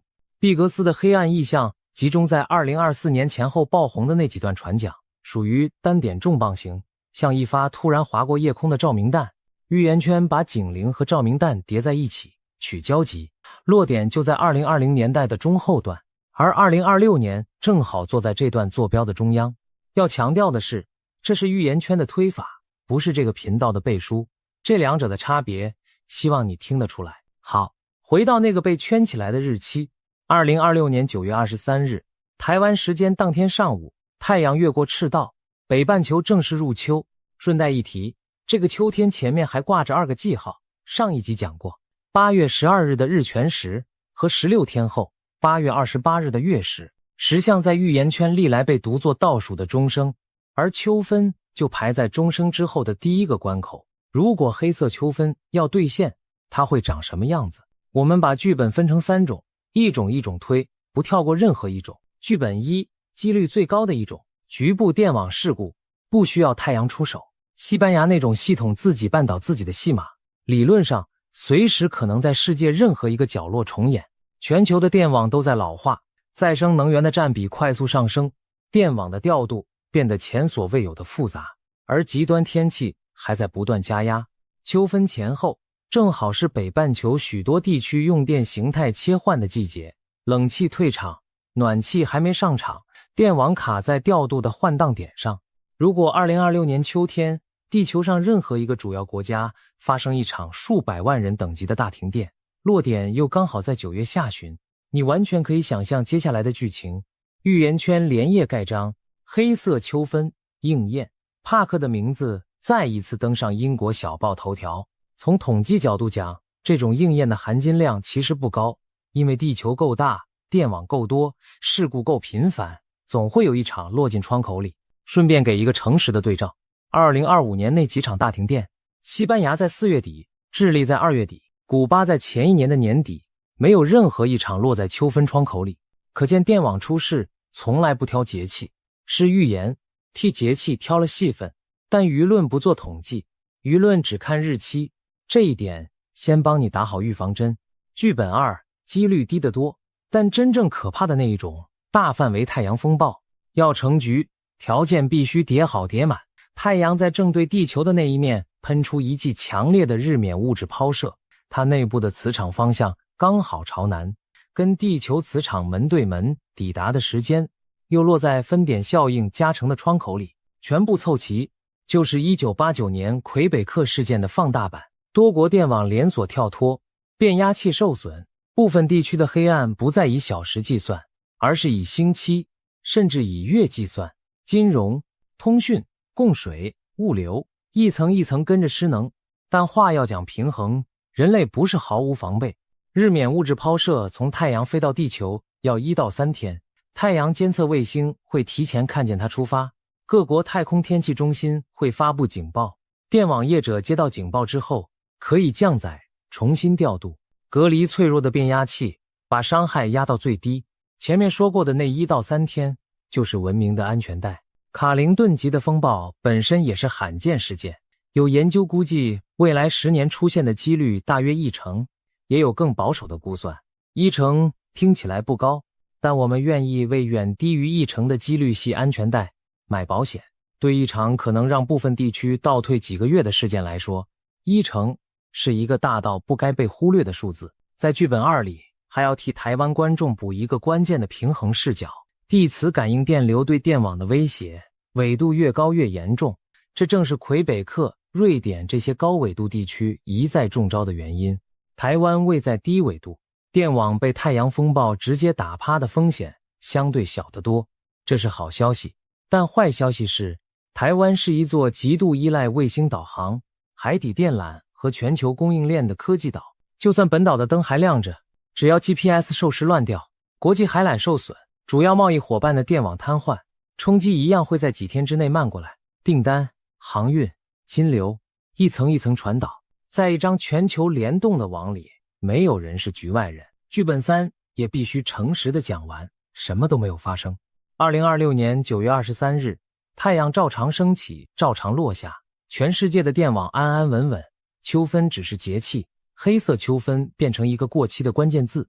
老实说，如果只看单一一天，这是3种剧本里几率最高的结局，因为把日期压得那么精准，本来就是预言最容易输的玩法。而预言圈的惯性，你我都看过太多次，日期落空，窗口就往后挪，秋分不行还有冬至，今年不行还有明年。这种挪法看多了，会产生另一种危险，叫狼来了效应。警报喊过太多次，等到哪一天真的有事，没有人再抬头。所以这个频道的做法是把话写在前面，如果那天什么都没发生，我们会回来把这一集的账重新翻开，哪些对上，哪些落空，一条一条算清楚，这是规矩。但有一件事跟预言的真假完全脱钩，前面讲的每一场停电都真实发生过。太阳的高峰段是官方认证的，电网的脆弱是工程界公认的，预言可以落空，风险不会跟着落空。而且安静在做准备的不是只有预言的听众。2025年3月，欧盟执委会发布全民防备策略，白纸黑字建议成员国的每一个家庭储备至少足以自给72小时的物资，饮水、食物、药品、手电筒、现金。在那之前几个月，瑞典把更新版的民防手册寄进全国几百万户家庭的信箱。手册的名字很直接，叫做如果危机或战争来临，内容教人们怎么在断电、断网、断水的状态下撑过最初的几天。这些不是预言频道的操作，是官方文件，编号可查。当政府开始教人民囤手电筒的时候，你至少可以确定一件事，把大停电当成值得准备的风险，已经不是杞人忧天，而是写进政策里的主流判断。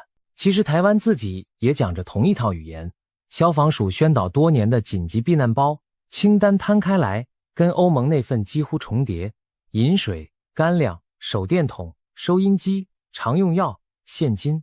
官方的逻辑全世界一致，不去预测哪一天出事，只确保出事的那一天你撑得过最初的72小时。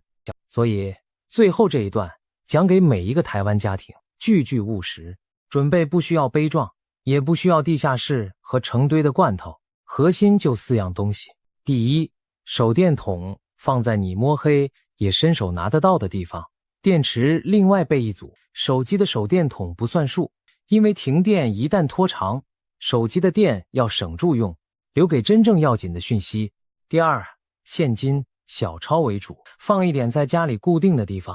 西班牙那个下午教过所有人，城市一停电，刷卡失灵，行动支付失灵，提款机失灵，能用的只有口袋里的纸钞。第三，饮用水，每人准备几天的量。住高楼的尤其要记住，很多大楼的供水靠电动加压马达，停电往往等于停水，而马桶冲不了的速度比你想象的快得多。第四，一台电池式收音机，基地台的备源电力只能撑几个小时，行动网络会比你以为的更早陷入沉默，到那个时候，收音机就是黑暗里唯一还在说话的声音。西班牙人那天下午围着汽车听的是它，古巴人一个又一个长夜里靠的也是它。行有余力，再加3件小事：行动电源保持充饱，机车和汽车的油箱不要低于半满，跟家人讲好，万一断电又断讯，在哪里汇合。家里有长辈或慢性病人的，常用药多备1周的量，有婴幼儿的奶粉和尿布桶里。最后一个几乎零成本的小技巧，拿几个宝特瓶装水，放进冷冻库结成冰，平常帮冰箱省电，停电的时候它们就是现成的保冷剂，能替一整箱食物多争取好几个小时。这4样东西一个周末的半天就能备齐，花费大概就是一顿聚餐的钱。如果9月23日那天什么都没发生，他们就安安静静躺在柜子里，等下一个台风天派上用场。在台湾，这笔准备永远不会白费。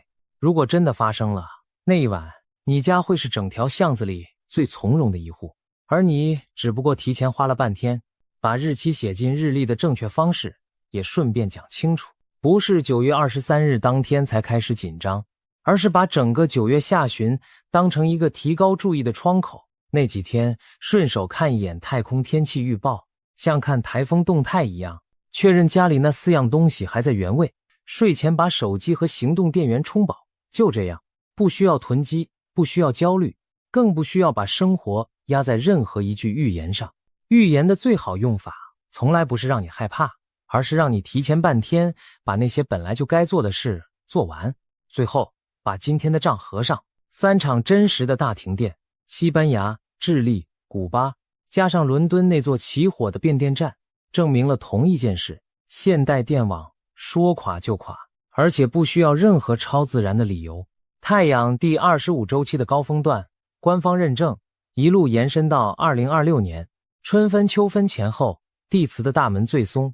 这是写进教科书的统计。克雷格·汉密尔顿·帕克10几年来反复画出同一幅断电的图。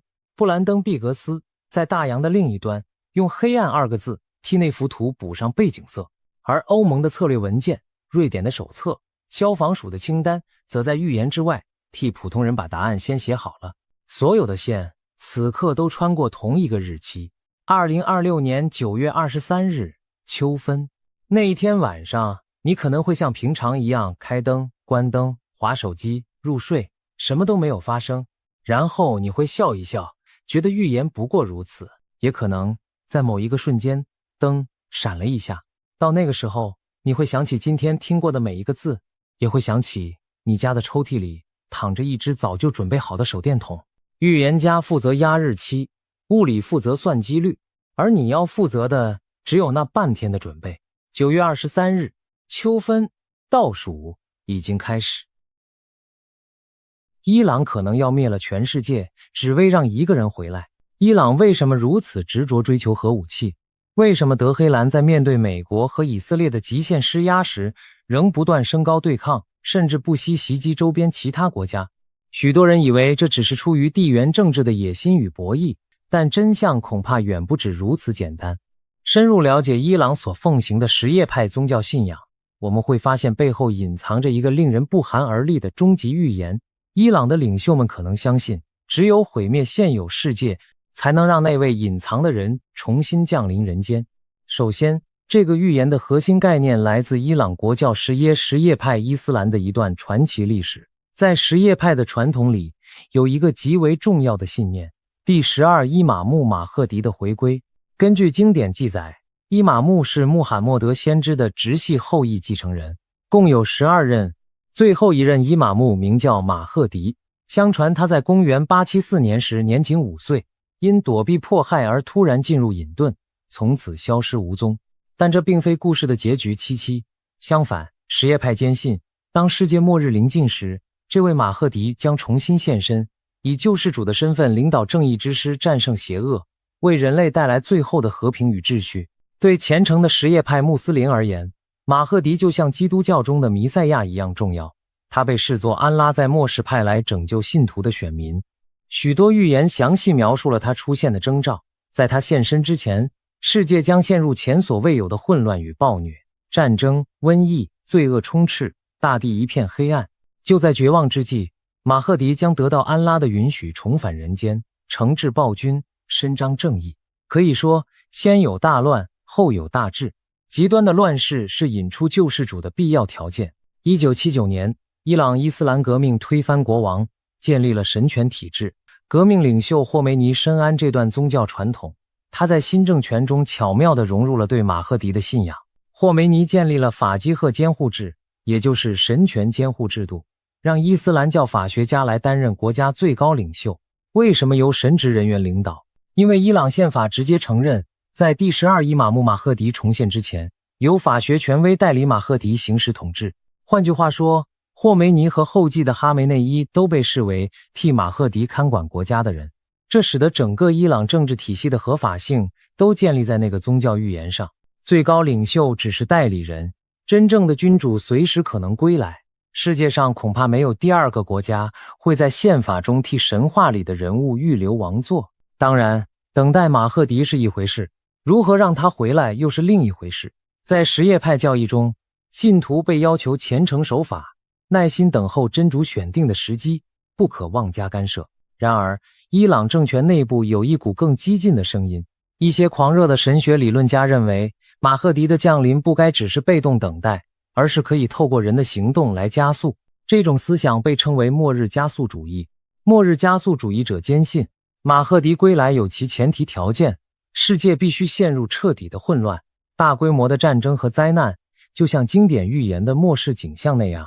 既然预言中说末日会有毁灭性的火光和杀戮，那么如果现实中还没出现，他们就要想方设法去制造。他们相信，只有当人类面临绝境，遍地都是血与火时，救世主才会不得不现身拯救世界。简单来说就是毁灭现有秩序，逼出新世界。这种逻辑听上去疯狂至极，但在某些伊朗强硬派眼中却是神圣的真理。和平反而被视为延宕神计划的障碍，战争和混乱则成了加速神计划的动力。这种心态解释了许多外人难以理解的现象。伊朗为何冒着灭亡风险也要发展核武？为何敢于与超强敌人对抗？因为在末日加速派看来，核武器不只是国防利器，更是打开末日之门的关键道具。拥有了它们，他们才能引爆足够大的灾难场景，让预言成真。天空中火光从天而降，大地上一片血海，这样马赫迪就会出现，带领大家走出黑暗。试想，如果一个国家的领袖真相信世界末日即将降临，他对待战争与核武的态度会是什么样？一般国家追求核武是为了自保与威慑，希望避免真正动用，但末日加速派则相反，他们追求核武正是为了有朝一日敢于率先引爆。对他们而言，毁灭不仅不可怕，反而是开启新纪元的序幕。有了这种信念支撑，他们在面对国际制裁和军事威吓时，也就异乎常人的强硬。当别人在谈判桌上权衡利弊时，他们心里想的可能是如何让谈判破裂，冲突升级，以早日迎来末日决战。事实上，这股思潮在伊朗革命后不久就开始萌芽。80年代，霍梅尼就曾严厉警告过一个激进团体霍加提耶协会，这个协会的宗旨正是加速马赫迪降临。他们鼓吹通过挑起教派冲突和动乱来创造末日条件。霍梅尼意识到这太危险，下令取缔了该组织，强调伊朗的任务是建立伊斯兰秩序，而非自寻毁灭来祈求救世主出现。霍梅尼之后继任的哈梅内伊虽延续神权统治，却无法完全压制这种极端理念的滋长。90年代起，保守派高层中的宣扬者越来越多，其中最有名的是米斯巴雅兹迪，他是位德高望重的保守宗教领袖，被称为末日加速派教父。雅兹迪公开宣称，马赫迪的回归不是等来的，而是要造出来的。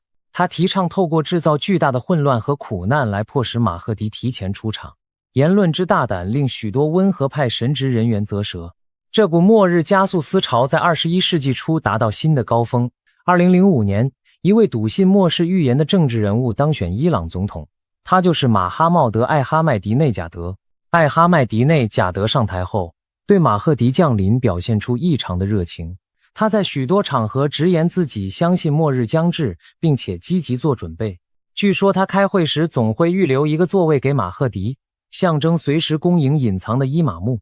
他甚至斥资扩建了库姆附近的贾姆卡兰清真寺，因为传说那里是马赫迪显灵的地方，许多人会去那口圣井投递写给马赫迪的信。更夸张的是，艾哈迈迪内贾德在2012年联合国大会发言时，开场就高声祈祷，愿真主尽快送来伊玛目马赫迪，直接把末日信仰搬上了全球外交舞台，震惊了国际社会。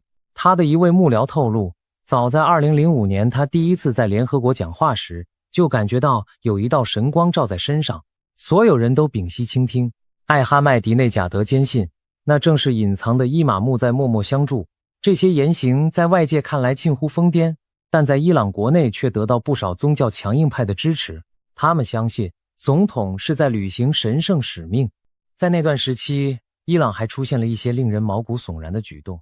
2011年，一部名为《末日将至》的半官方纪录片悄然流传开来，片中宣称中东近年的战乱，如美军入侵伊拉克、真主党与以色列冲突、阿拉伯之春等，都对应了末世预言，暗示马赫迪即将现身。纪录片甚至把哈梅内伊、艾哈迈迪内贾德等人都比作预言中的天选帮手，意气风发地表示，黎明前的黑暗就要过去了。这部影片的片名译及马赫迪显现已经为期不远，引发了巨大的争议。许多温和派教士批评这是狂妄自大的不实宣传，但也有人相信影片道出了真相，伊朗正处于末世剧本的关键阶段。在末世信仰的推动下，伊朗对待核武问题的态度也更加强硬了。回想2010年代，伊朗一边和西方谈判核协议，一边暗中加紧浓缩铀步伐，态度反复。对他们而言，国际制裁再痛苦也能忍，因为他们觉得那是通往荣光的阵痛。2018年美国退出伊朗核协议后，伊朗更是明火执仗地恢复核活动，以至于国际原子能机构警告伊朗已经离拥核不远。2019年起，伊朗在波斯湾连续扣押外国油轮，击落美军无人机，试探着西方的反应。同年9月，也门的亲伊朗组织胡塞武装攻击沙乌地的油田设施，造成全球油价暴涨。这些举动表明，伊朗强硬派已经准备承受更大冲突来推进目的。他们甚至可能暗暗希望通过引发更剧烈的对抗，把局势一步步推向预言中的最终战场。不知不觉中，我们仿佛发现伊朗激进领袖正按照某种末日时间表在行动，一项又一项的预言似乎被对应到现实。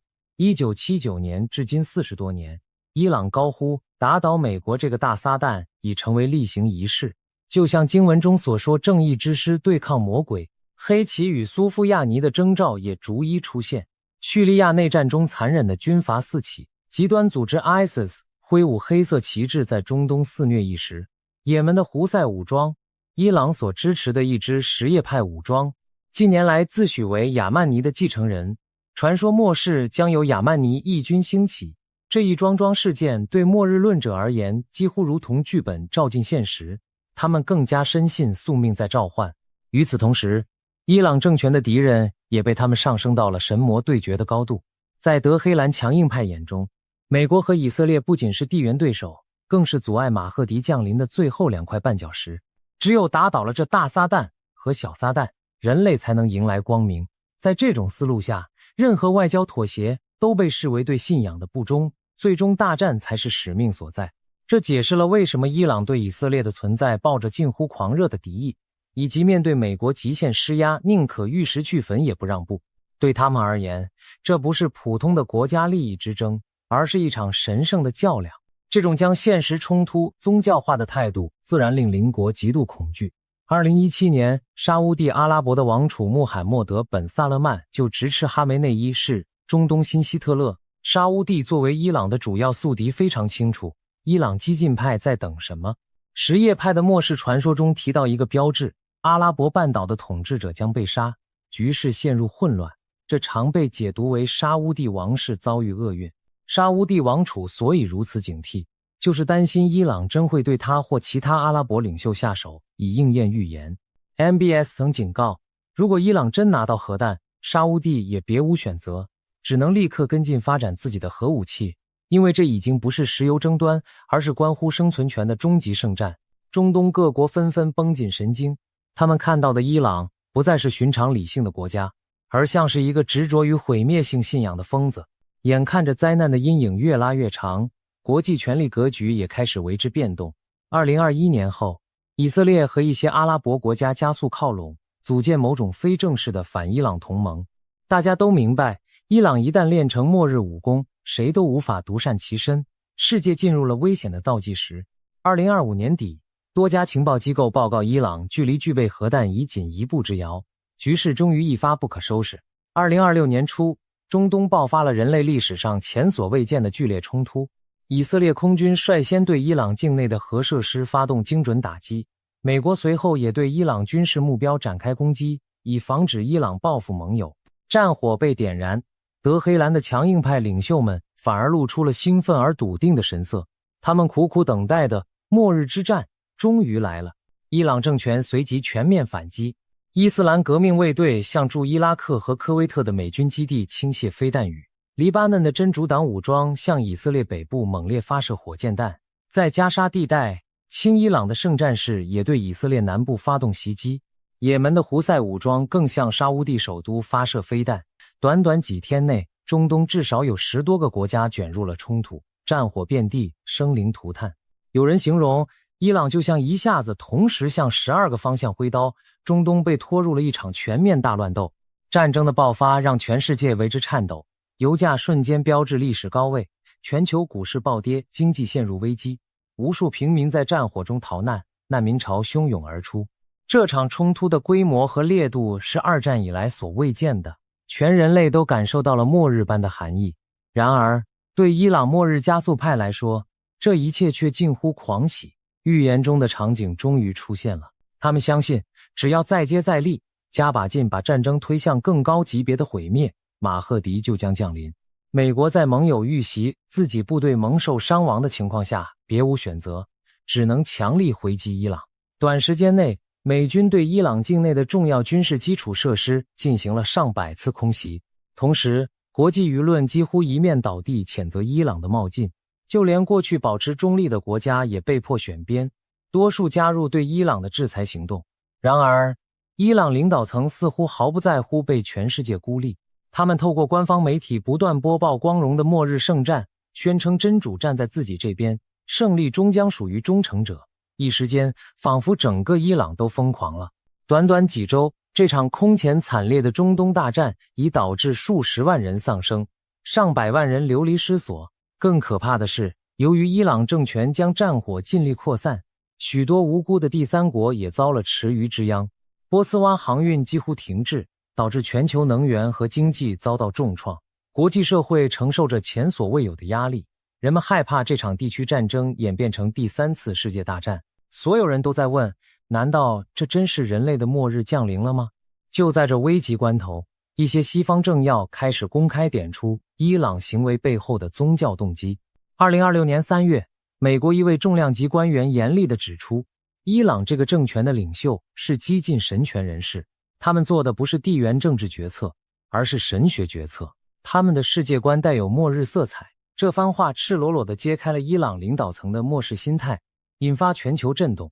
其实，早在2015年就有人做出类似警告，当时美国参议员卢比奥就说过，伊朗不惜一切代价搞核武，根本目的不是国家安全，而是想亲手触发最后的大战。如今，这个危险预言一语成谶，许多人开始明白，单靠传统的谈判安抚是无法让一群渴望末日的人弃械的。他们不由得对前景更加焦虑。如果有人真想引爆核战，那人类还有什么办法阻止呢？战火的影响也席卷了全球，波斯湾原油出口骤停，国际油价飙涨，各国经济摇摇欲坠，欧美国家爆发了大规模反战示威，民众痛斥领袖没能阻止灾难降临，无数家庭陷入对未来的恐惧中。然而，这种恐惧情绪某种程度上正中末日论者的下怀。对伊朗的狂热派来说，世界陷入恐慌本身就是末日景象的一部分，是马赫迪出场前的征兆。他们甚至可能盘算着再进一步，是否该考虑动用核武，将战争提升到真正的末日级别。这绝非杞人忧天。美国情报机构注意到，伊朗革命卫队的核导弹部队已进入高度戒备状态。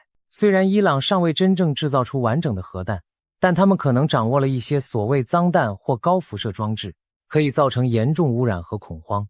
一旦伊朗真的孤注一掷使用这类武器，哪怕只是一次，小型核战也将成为现实，全球局势将彻底失控，那将真正应验圣经启示录中火烧全地的景象。说到圣经，其实在数千年前另一场预言中，也隐约出现了今日伊朗的影子。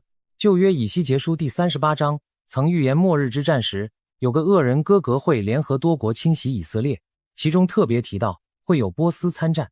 波斯，也就是现代的伊朗，居然早已在西方的末世预言里占了一席。按照圣经的说法，这支邪恶的联军将被上帝亲自毁灭殆尽，正义在末日之战中获胜。于是有些基督教预言家也喊出了自己的警告，末日圣战真的已经展开，伊朗就是圣经里的那头猛兽。在他们看来，现在发生的伊朗战争正是神所预示的哈米吉多顿序曲，最终基督将在决战中击败敌基督、伊朗等邪恶势力，建立千年和平国。令人感到讽刺的是，伊朗和西方竟都在各自的宗教叙事中把对方描绘成了末日之敌。在伊朗的宣传里，美国是横行的恶魔、大撒旦；在许多西方人的观念里，伊朗是残暴的古波斯在世，得由上帝来清除。双方都笃信自己的预言都会实现，谁也不肯让步，这就使得冲突蒙上了一层难以化解的宗教宿命色彩。当一场战争被双方都视为神的旨意时，还有谁愿意坐下来妥协谈判呢？这才是整件事最让人绝望之处。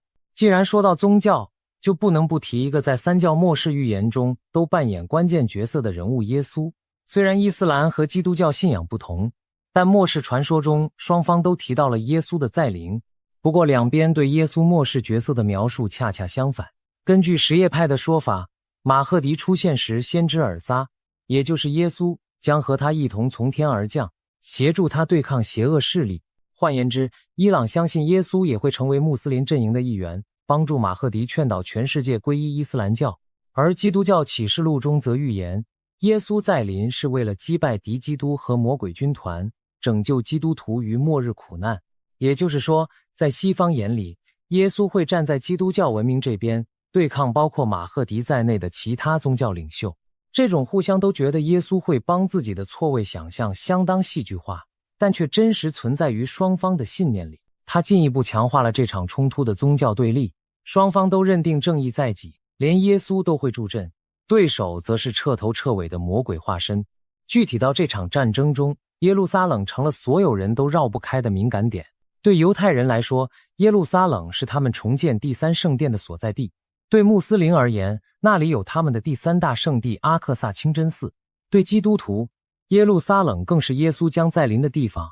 如今战火席卷中东，耶路撒冷更被视作末日剧本的最后战场。战争爆发后不久，就传出一些危险的苗头，有犹太极端分子企图趁乱在圣殿山穆斯林的第三大圣地进行象征性的祭祀活动，希望推进重建圣殿的进程。这种行为一旦坐实，将犹如在火药桶旁点火，整个伊斯兰世界都会为之沸腾。幸运的是，以色列当局迅速阻止了这些极端分子的行动，局势才没有进一步失控。但圣殿山那方寸之地承载的庞大信仰冲突能量依旧让人心惊。可以说，耶路撒冷的命运甚至关系着未来整场末日风暴的走向。谈到宗教狂热，我们也不妨回顾一下近期另一个宣称执行神旨的极端组织下场，那就是几年前横行中东的伊斯兰国 ISIS。这个逊尼派圣战组织建立所谓哈里发国时，也声称自己是在履行预言，要引发穆斯林与罗马决战。根据他们引用的古老圣训，叙利亚北部将有一场末日大战，在战场名为达比克的小镇上，穆斯林军队与罗马泛指基督教文明世界将展开生死搏杀。ISIS 甚至将自己的宣传杂志命名为达比克，表明他们笃信这一剧本。可实际情况是，当他们极力挑衅西方军队来达比克决战时，等来的却是联军铺天盖地的猛攻。2017年 ISIS 武装被彻底消灭，他们幻想的末日决战根本没有上演，所谓马赫迪更不曾现身相助。这个下场充分证明，凡是妄图自导末日剧本的人，最终大多逃不过自食恶果的命运。伊朗激进派或许瞧不起逊尼派的 ISIS， 但两者极端思维上的相似，足以给所有人敲响警钟。随着这场空前惨烈的中东战争推进，人们不禁要问，难道预言中的末日真的到了？我们是否正见证着人类文明的终章？战火中，伊朗激进领袖们依然鼓吹着他们的大预言，相信马赫迪不日将降临。但另一边，几乎全世界都在祈求这场疯狂能尽快停止。在各国城市，上街反战的人潮一波接一波，许多地方响起各宗教团体联合的祈祷声，人们恳切地希望和平可以重回人间。这仗打到现在，没有人是赢家。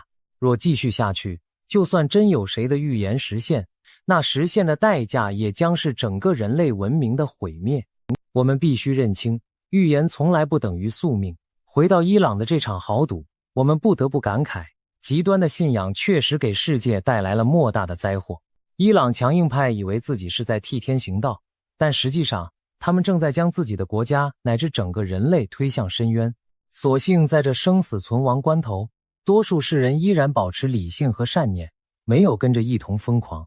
各国政府正在紧急协商停火方案，联合国秘书长激进哀求的呼吁，请悬崖勒马。尽管之前安理会曾经僵持不下，但面对核战风险，5大国也开始在一些底线问题上达成共识，那就是绝不能让核末日成为现实。也许历史还会给我们一次机会来改写这危局。我们不该忘记，人类曾多次在悬崖边缘停住了脚步。古巴飞弹危机，我们避免了核战；数次误报险情靠着冷静的人而化解。只要绝大多数理性的人联合起来，疯子终究无法代表整个人类。预言的意义也许正在于让我们引以为戒，选择避免最坏的未来。我们希望这一次人类依然能回避厄运，在最后关头把末日之门关上。回到故事的开头，那个听起来离奇的预言，伊朗要毁灭全世界，只为让一个人回来。现在看来，这预言几乎被部分疯狂之徒付诸行动。但真正决定未来走向的，不是他们口中的神秘力量，而是我们所有人此刻的选择。只要我们齐心协力制止疯狂，明天依然有转机。或许多年以后再回望今天，我们会庆幸地说，幸好人类在最黑暗的时刻没有放弃理智，我们战胜了预言的阴影，迎来了属于自己的新黎明。